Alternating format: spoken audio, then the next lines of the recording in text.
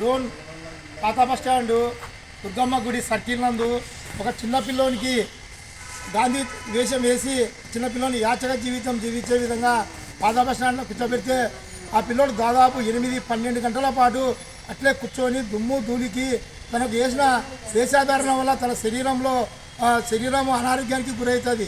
వేషధారణతో చిన్నపిల్లలను బడికి పంపించకుండా ఉపాధి కల్పన చేయకుండా ఆ పిల్లల ద్వారా యాచక జీవితం చేస్తూ జీవిస్తున్నారు. ఇది ఎంతోమంది లక్షలాది మంది వేలాది మంది తిరిగే ప్రాంతంలోనే ఎవరు కూడా ఆ విషయంలో స్పందించకుండా తిరిగి ఆ పిల్లోనికి డబ్బులు వేస్తున్నారు, ముష్టి వేస్తున్నారు. కానీ ఒక దేశం కోసం పోరాడిన మహనీయుడు మహాత్మా గాంధీ వేషధారణ వేస్తే ఆ వేషధారణకు అందరూ ఆ పిల్లోని లేచి పంపించేది పోయి అందరూ వేలాది మంది వ్యక్తులు చూసుకుంటూ పోతున్నారే తప్ప ఆ పిల్లోని ఎవరు కూడా అక్కడి నుంచి లేపి పంపించడం లేదు.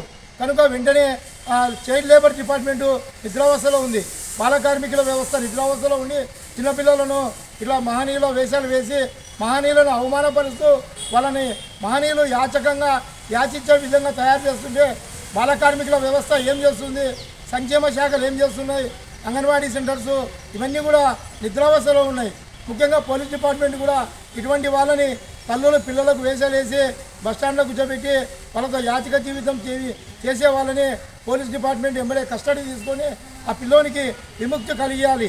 ఎందుకంటే చిన్న పిల్లోడు 8 సంవత్సరాలు 7 సంవత్సరాల పిల్లోనికి వివిధ రకాల రంగులను కొట్టి కూర్చోబెడితే ఆ పిల్లోని యొక్క శరీరము అనారోగ్యానికి గురయ్యి శరీరము ఇదవుతుంది.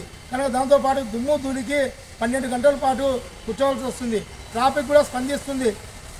వెంటనే police department, child labour department, సామాజిక సేవా సంఘాలు ఆ కుటుంబానికి పునరావాసం కల్పిస్తూ ఆ చిన్నపిల్లవాడిని ఆ విధంగా వేషధారణ వేయకుండా అక్కడ కూర్చోకుండా నిరోధించాలని దీనికి ప్రజా సంఘాలు, సామాజిక సేవా సంఘాలు కూడా చైతన్యం ఇవ్వాలని చెప్పి ఈ సందర్భంగా తెలియజేస్తున్నాం.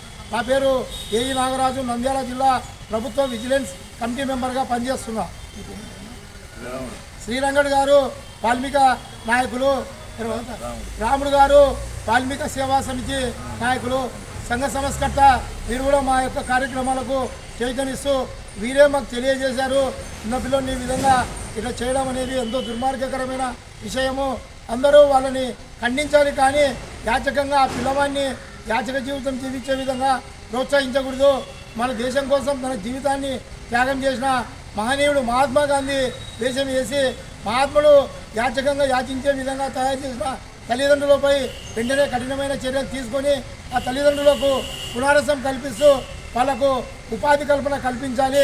ఈ విధంగా యాచక జీవితానికి జీవించే విధంగా ఉండకూడదని చెప్పి ఆంధ్రప్రదేశ్ రాష్ట్రంలో ఎన్నో సంక్షేమ పథకాలు అందిస్తున్నారు ప్రభుత్వం. అయితే ఇటువంటి యాచకులు కూడా ఉండి మహనీయులను యాచక జీవితం జీవించే విధంగా తయారు చేస్తున్నందుకు వెంటనే ప్రభుత్వం కూడా స్పందించి ఆ పిల్లవాడిని విముక్తి కలిగేయాలని చెప్పి ఈ సందర్భంగా తెలియజేస్తున్నాను.